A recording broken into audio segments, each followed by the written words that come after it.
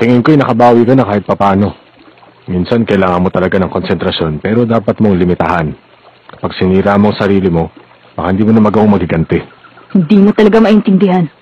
Para may paghigantihan ng tribo, sumali ka sa pagsusulit at gusto mo maging isang blacklist hunter. Nalaman ko impormasyong yan mula sa Hunter Association. Yun ang misyon na titirang buhay, tama ba ako? Masyado na talaga maraming bagay akong hindi naintindihan. Imposibleng magawa ang hindi nasisirang kadena.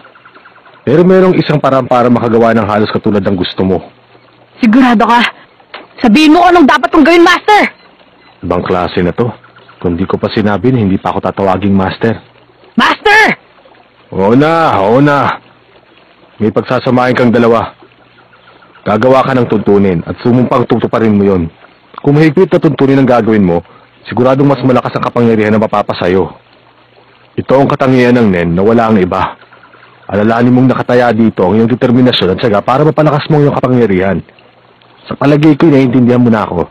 Makakaya mong pampalakasin na naglilihab na apoy o kaya parang daga na susugurin ng pusa kapag wala nang matatakbuhan.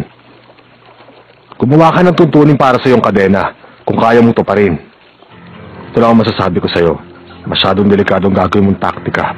Maaari mong ihambing sa isang kutsilyong dalawang talim kung sisira ka sa iyong pangako. Maaaring mawala sa iyong kapangyarihan ng Nen.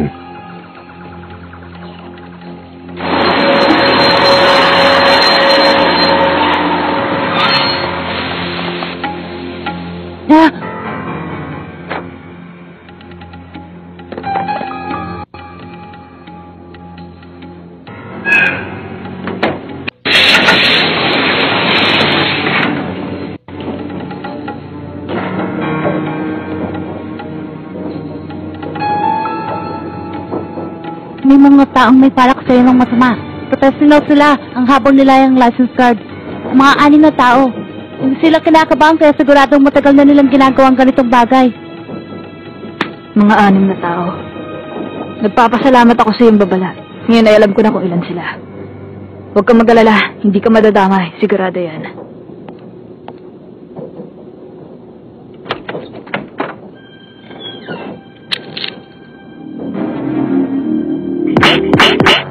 Ang gusto ko lang ay mahuli ang mga miyembro ng Spider at mabawi ang mga pulang mata na kinuha nila sa aking mga kasamahan. Gagamitin kong kadena para hindi sila makawala. Sila lang ang magiging target ko. Gagamitin mo lang ang kadena niya para sa iyong target? Kapanghihinayang naman. Huwag kang apurado. Yun pa lang ang una kong kondisyon. Kung ganon, anong tutunin ang gagawin mo? Isinusumpa ako. Ang aking buhay!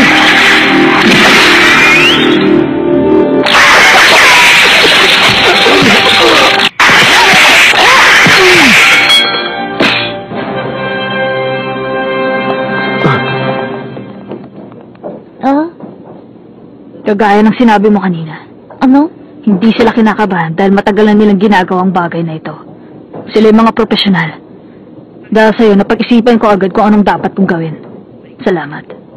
Wala nga naman yan, bata. Nakapasa ka na. Pinahanga mo ko. Namaster mo ka agad ang kapangyarihan ng Nen sa loob lang ng kalahating taon.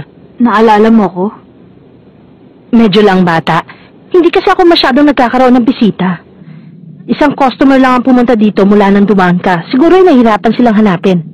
O kaya naman ay tinabangan na sila dahil sa itsura ng lugar. Teka, anong klase ng kliyente ang hinahanap mo? Ang gusto ko ay isang tao na merong malakas na koneksyon doon sa gaganaping subastahan sa York New City. Kahit na anong trabaho, basta sabihin mo lang.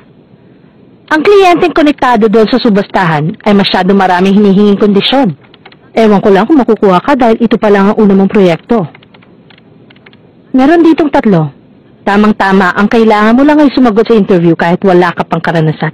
Lahat silang 3 ay kailangan ng tagapagbantay sa kanilang tabi. Ano, sinong gusto mo?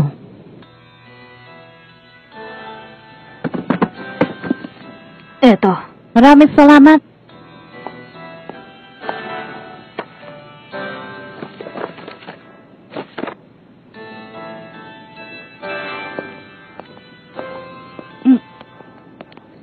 Napapasalamat ako sa isang nakakatuwang biyaheng kasabay ka.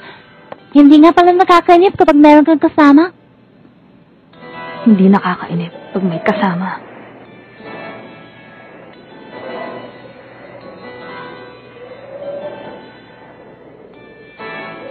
Sige, paalam na sa'yo. Nararamdaman ko magkikita pa tayong muli. Ibinubulong sa akin ang ihip ng hangin. Ipagpapatuloy ko ang laban. Hindi na ako hingi ng tulong kanino man. Wala na akong ibang maaasahan kundi ang sarili ko. Dahil doon, ako ay...